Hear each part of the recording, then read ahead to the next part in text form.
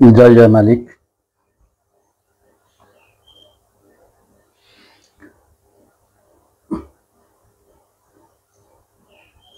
আপনাদের সম্মুখে একটা বিশেষ বিষয় নিয়ে কথা বলার জন্য উপস্থিত হয়েছি। বিষয়টা হলো সোশ্যাল মিডিয়ায় এটা ব্যাপক চাঞ্চল্যতার সৃষ্টি করেছে। মাইলস্টোন স্কুল এর উপর প্রশিক্ষণ বিমান বিধ্বস্তের ঘটনাকে কেন্দ্র করে।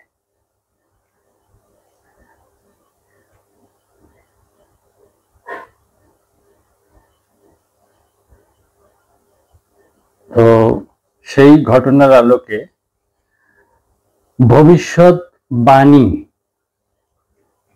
বা ঘটনার পূর্ব বলার যেটা প্রেডিক্টিভ নলেজ, ঘটনা ঘটার পূর্বে বলা বা ভবিষ্যৎবাণী আসলে কি এবং কারা এটা দিতে পারেন, এর যুক্তিযুক্ততা এবং বাস্তব ভিত্তি সম্পর্কে আপনাদের সম্মুখে উপস্থাপন করার চেষ্টা নিচ্ছি, যাতে করে আমাদের এই ধরনের ভুলের ফাঁদ হতে আমরা বিরত থাকতে পারি।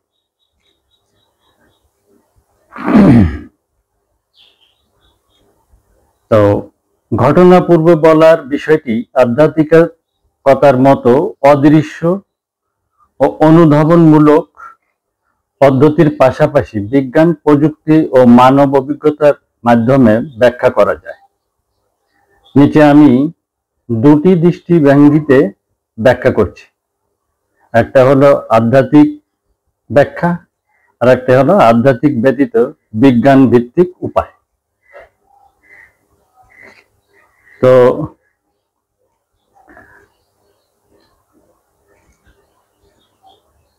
আধ্যাত্মিক ঘটনা পূর্ব বলার উৎস হয় আধ্যাত্মিকভাবে ঘটনা ঘটার পূর্বে বা ভবিষ্যৎবাণী করতে আধ্যাত্মিকতা বাদে সম্ভব হয়। তো সেই সম্ভবটা কিভাবে হয়?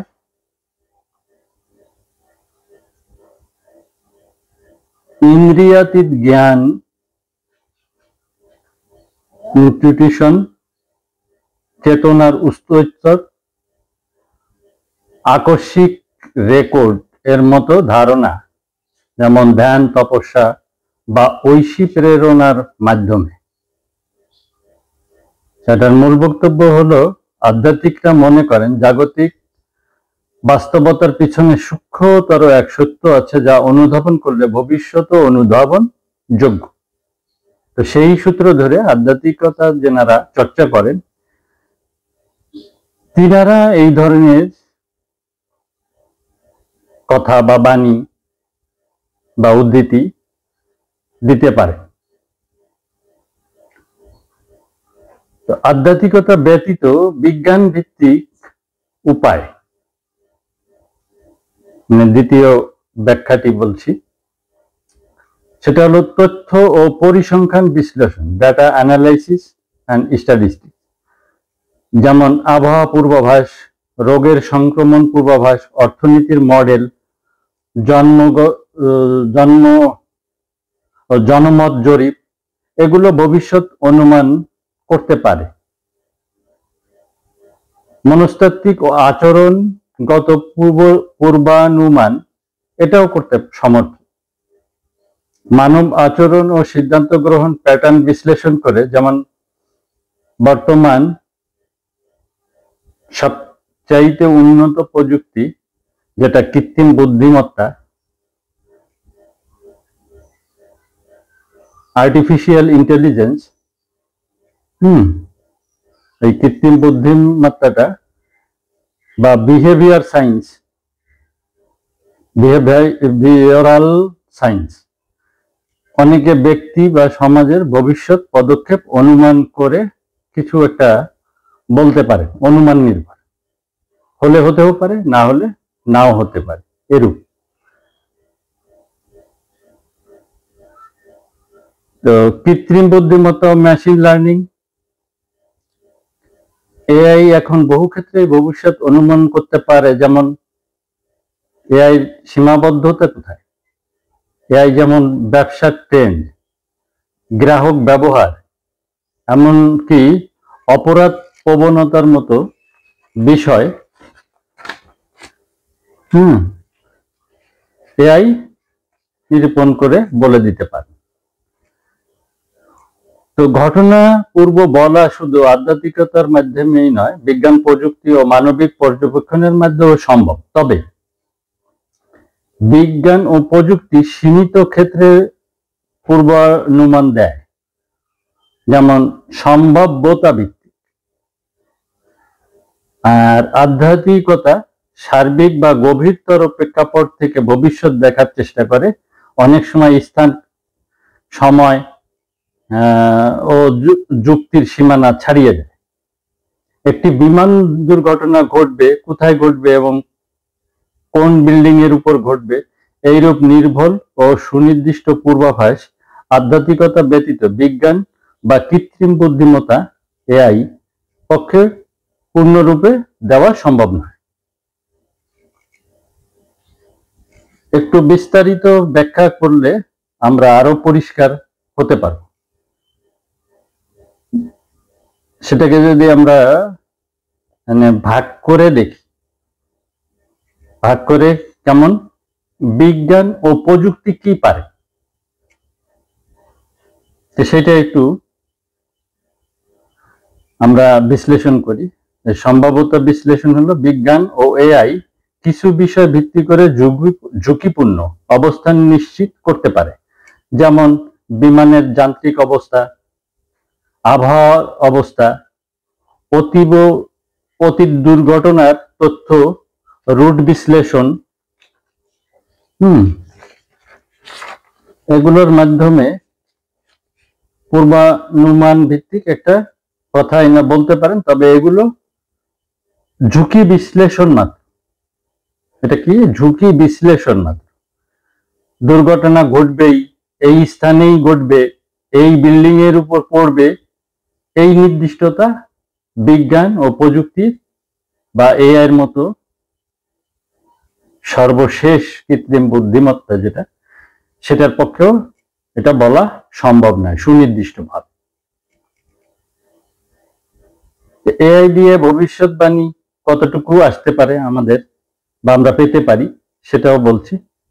প্রয়োজনে আপনারা এআই এর সাথে মিলিয়ে দেখবেন। এআই বিশাল তথ্য ভান্ডার থেকে প্যাটার্ন খুঁজে বের করে ভবিষ্যৎ অনুমান করতে পারে। তবে বিমানের উপর ভিত্তি করে এআই যা করতে পারে সেটা কেমন? এই ফ্লাইটটি অতিরিক্ত ঝুঁকিতে আছে বলা, সম্ভাব্য ক্র্যাশ জোন বা রুটে ঝুঁকি চিহ্নিত করা, কিন্তু ঠিক কোন তারিখ, কোন ভবনের উপর, কিভাবে, তা বলা এআই এর সীমার বাইরে। আমি নিশ্চিত করে বলছি, এআই কে প্রয়োজনে যারা বিশেষজ্ঞরা আছেন তেনারা জিজ্ঞাসা করে নিন।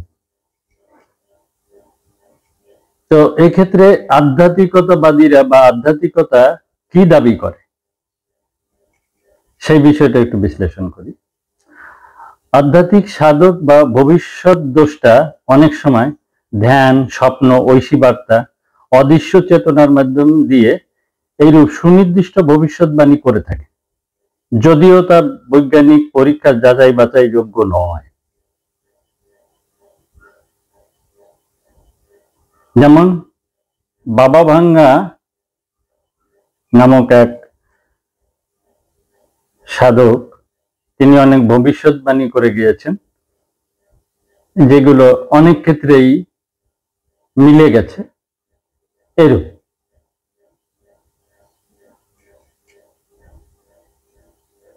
তো উদাহরণস্বরূপ কেউ যদি আগেই বলেন এই স্থানটিতে একটি বিমান বিধ্বস্ত হবে এবং অমুক বিল্ডিং এর উপর পড়বে এবং ঠিক তাই ঘটে, তাহলে সেটি বিজ্ঞান নয়, বরং আধ্যাত্মিকতা বা অন্য অতীন্দ্রিয় মাধ্যমে দিয়ে বলা হয়েছে ধরে নিতে হয়।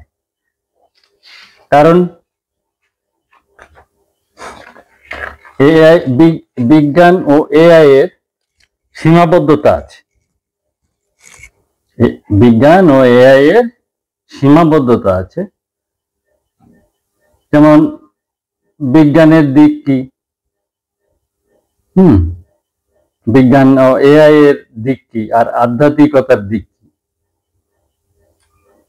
ভবিষ্যৎ সম্ভাবনা মানে ভবিষ্যৎ সময় নির্ধারণ বিজ্ঞান এবং এআই এর দ্বারা খুব কঠিন, কিন্তু আধ্যাত্মিকতার দ্বারা সম্ভব। বিজ্ঞান এআই দ্বারা স্থান নির্ধারণ অনিশ্চিত, কিন্তু আধ্যাত্মিকতা দ্বারা দাবি করা যায়।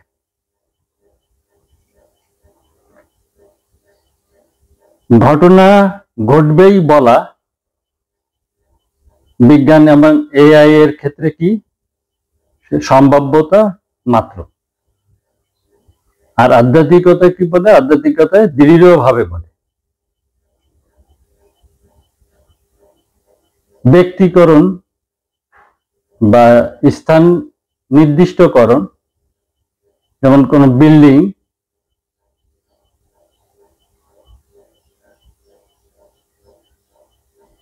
এটা বিজ্ঞান এবং এআই এটা গ্রহণযোগ্য নয়, কিন্তু আধ্যাত্মিকতায় কি করে? আধ্যাত্মিকতায় দাবি করে। আধ্যাত্মিকতা সুনির্দিষ্টভাবে দাবি করে বসে। তো না বিজ্ঞান বা এআই এর পক্ষে এইরূপ ভবিষ্যৎবাণী একটি নির্দিষ্ট বিমান দুর্ঘটনা ঘটবে, অমুক জায়গায় ঘটবে, অমুক মানে ভবনের উপর ঘটবে বলাটা সম্ভব। এমন নির্ভুল ও সময় স্থান নির্দিষ্ট পূর্বানুমান শুধুমাত্র আধ্যাত্মিক বা অতীন্দ্রিয় জ্ঞান থেকেই আসতে পারে, যেটা সত্য হয়। তো এই ক্ষেত্রে এই যে আধ্যাত্মিকতা এবং বিজ্ঞান ও প্রযুক্তি বিষয়গুলোকে তুলে ধরার এটাই উদ্দেশ্য যে আমরা বিভিন্ন সময়ে বিভ্রান্ত হয়ে বিভিন্ন ধরনের কাজকর্ম করে বসি বা করে থাকি বা ভেবে বসি বা ভেবে থাকি, যেটা অনুমান নির্ভর কাল্পনিক। তো বাঙালিয়ানা ধারী যারা বাঙালি, এরা কোনো অনুমান নির্ভর বা কাল্পনিকতায় বিশ্বাস করে না। যেহেতু আমরা করি না, সেহেতু আপনাদেরকেও না করা অনুরোধ রাখছি। আপনারা আপনাদের সম্মুখে যেটা বিশ্লেষণ তুলে ধরলাম, এই বিশ্লেষণের আলোকে আপনারা আপনাদের বিবেক, বুদ্ধি, জ্ঞান, প্রজ্ঞা শক্তি দ্বারা এবং এর সাথে মন দ্বারা আপনারা বিচার বিশ্লেষণ করে দেখুন। শুধু শুধু আমাদের এই বদ্বীপ বাংলার, এই স্বাধীন বাংলাদেশে মানুষের মধ্যে গুজব ছড়ানোর এত প্রকট প্রবণতা লক্ষ্য করা যায় বর্তমান সময়ে, যে এটা যেন ওদের চরিত্রের সাথে মিশে গেছে। এত বড় একটা দুর্ঘটনা, এটা আমাদের কল্পনার সীমাকেও অতিক্রম করে গেছে। আমরা কাল্পনিকভাবে সিনেমা, নাটক যে সমস্ত ঘটনা দেখে থাকি, আর এটা হয়েছে বাস্তবে, তাও একটা স্কুল, যে স্কুলটায় যে ছাত্রছাত্রীগুলো ক্লাস করতেছিল তারা খুব ছোট,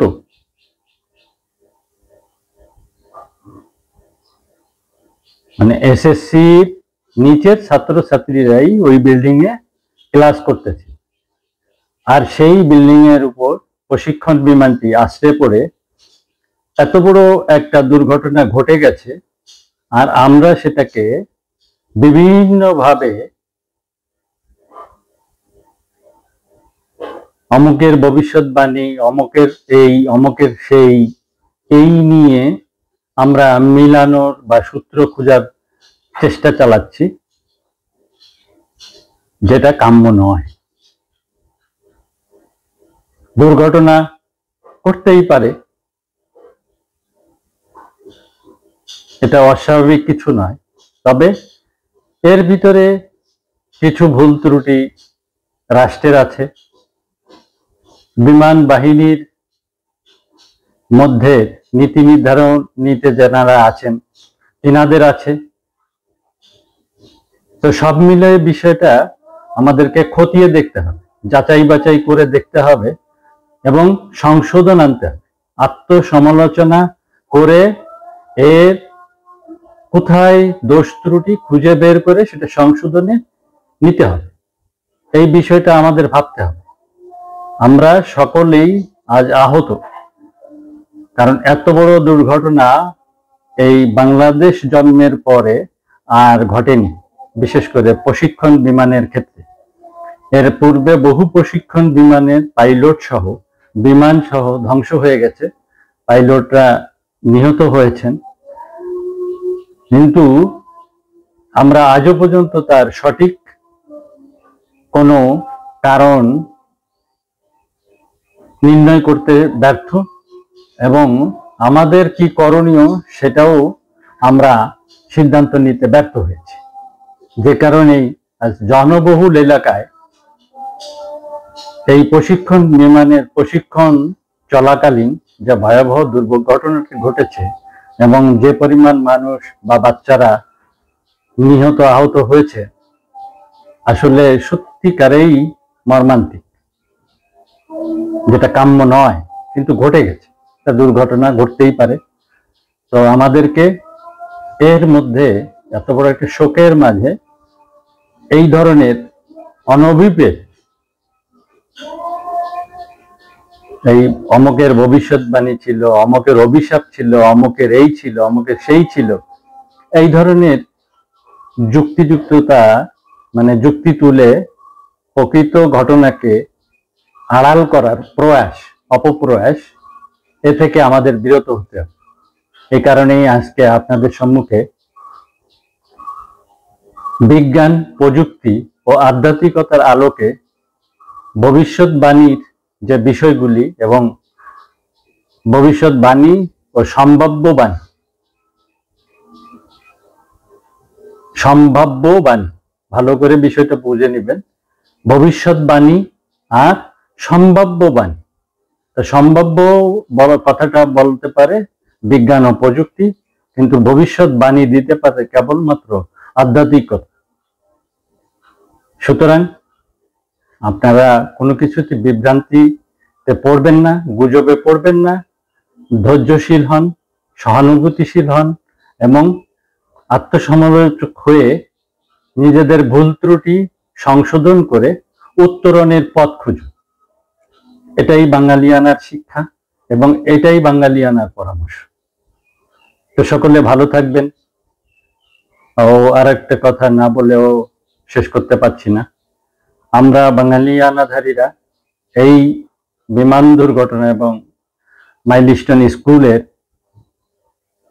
যারা নিহত হয়েছেন তাদের আত্মার মাগফিরাত কামনা করি, এবং যারা আহত হয়েছেন তাদের সুস্থতা কামনায় রেখে এবং সকলের মঙ্গল ও কল্যাণ কামনায় রেখে আজকের আলোচনা এখানে শেষ করছি।